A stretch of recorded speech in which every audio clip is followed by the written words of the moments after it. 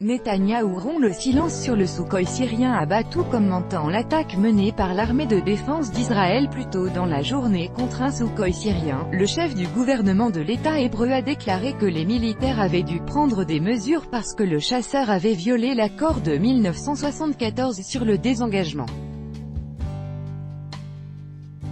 L'avion des forces syriennes abattu par Israël le mardi 24 juillet 2018 avait gravement violé l'accord sur la démilitarisation du plateau stratégique du Golan supervisé par les Nations Unies, a affirmé le Premier ministre israélien. Nos forces ont pris les mesures nécessaires, a annoncé Benjamin Netanyahou. Nous exigeons que la Syrie respecte rigoureusement l'accord sur le désengagement. De même, M. Netanyahou a souligné qu'Israël ne tolérait aucune autre violation de ce type, ainsi que le transfert des hostilités sur notre sol ou dans notre espace aérien. Le document en question concerne le plateau du Golan et prévoit une démilitarisation partielle ou totale du terrain de désengagement des forces armées israéliennes et syriennes, ce en présence de contingents de la paix des Nations Unies.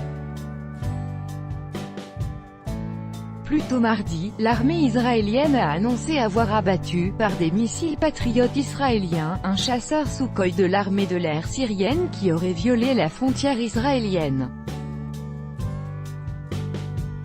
Selon Tsahal, l'armée a surveillé l'avion qui avait violé l'espace aérien israélien de 2 km et l'a ensuite intercepté par des missiles patriotes. D'après un porte-parole de l'armée israélienne, avant d'abattre l'avion, les militaires s'étaient assurés qu'il ne s'agissait pas d'un avion russe, mais d'un appareil de l'armée de l'air syrienne. Le Soukhoi serait tombé dans la partie du Golan contrôlée par la Syrie. Une source militaire syrienne a déclaré à Sputnik que les systèmes anti-aériens israéliens avaient visé le chasseur qui réalisait des frappes contre des chasseurs non loin du plateau du Golan depuis l'espace aérien syrien. Notre source militaire a précisé que l'avion n'a en aucun cas pénétré dans l'espace aérien du plateau du Golan, et qu'il menait une opération dans la région de la ville de Saïda contre les terroristes qui y sont installés. Astérisque organisation terroriste interdite en Russie.